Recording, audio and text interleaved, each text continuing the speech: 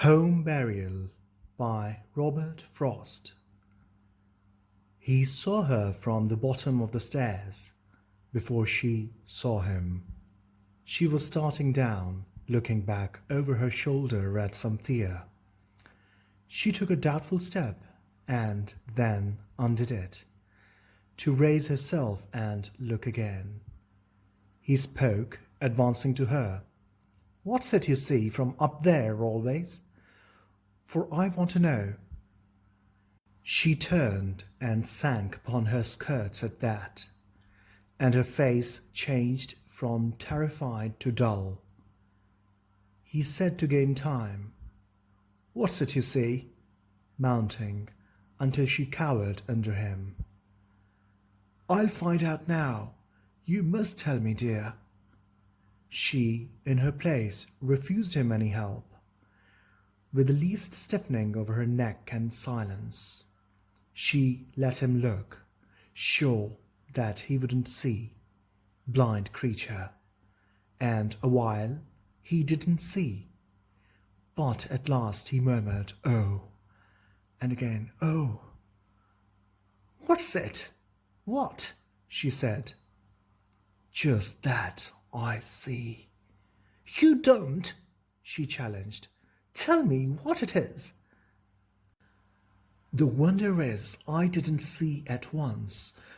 I never noticed it from here before. I must be wanted to it.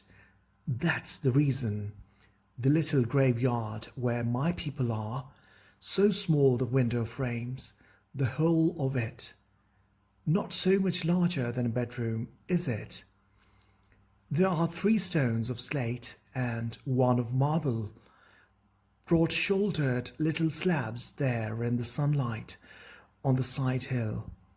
We haven't to mind those, but I understand it is not the stones, but the child's mound." "Don't, don't, don't, don't!" she cried.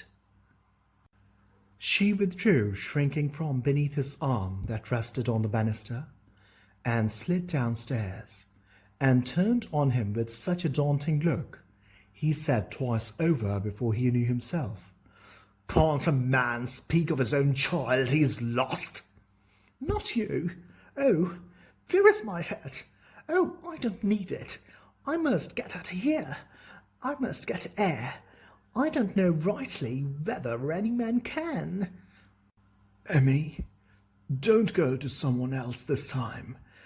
Listen to me. I won't come down the stairs." He sat and fixed his chin between his fists. "There is something I should like to ask you, dear." "You don't know how to ask it." "Help me then." Her fingers moved the latchkey for all reply. "My words are nearly always an offence. I don't know how to speak of anything so as to please you, but I might be taught. I should suppose. I can't say I see how.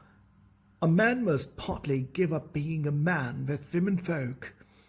We could have some arrangement by which I'd blind myself to keep hands off anything special you are a mind to name, though I don't like such things twixt those that love. 2 that don't love can't live together without them, but 2 that do can't live together with them."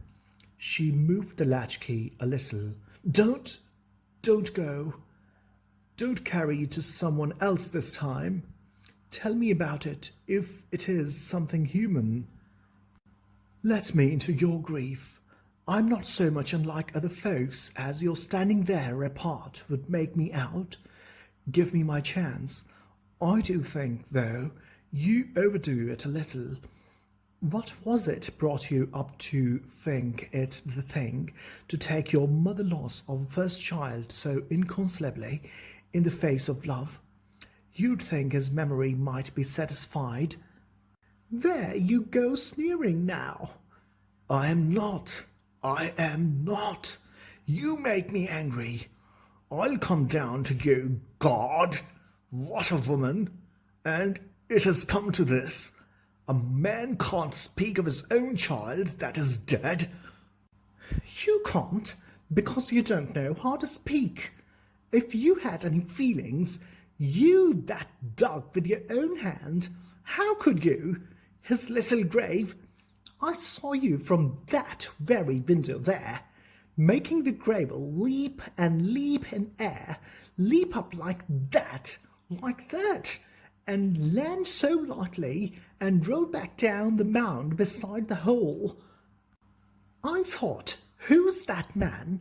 I didn't know you, and I crept down the stairs and up the stairs to look again, and still your spade kept lifting. Then you came in. I heard your rumbling voice out in the kitchen, and I don't know why, but I went near to see with my own eyes. You could sit there with the stains on your shoes of the fresh earth from your own baby's grave and talk about your everyday concerns. You had stood the spade up against the wall outside there in the entry, for I saw it. I shall laugh the worst laugh I ever laughed. I am cursed. God, if I don't believe I'm cursed. I can repeat the very words you were saying. 3 foggy mornings and 1 rainy day will rot the best birch fence a man can build. Think of it. Talk like that at such a time.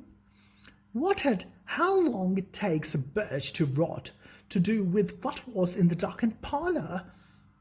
You couldn't care. The nearest friends can go with anyone to death comes so far short, they might as well not try to go at all. No, from the time when one is sick to death, one is alone, and he dies more alone. Friends make pretence of following to the grave, but before one is in it, their minds are turned and making the best of their way back to life and living people, and things they understand. But the world's evil. I won't have grief so if I can change it. Oh, I won't. I won't. There, you've said it all, and you feel better. You won't go now. You are crying. Close the door.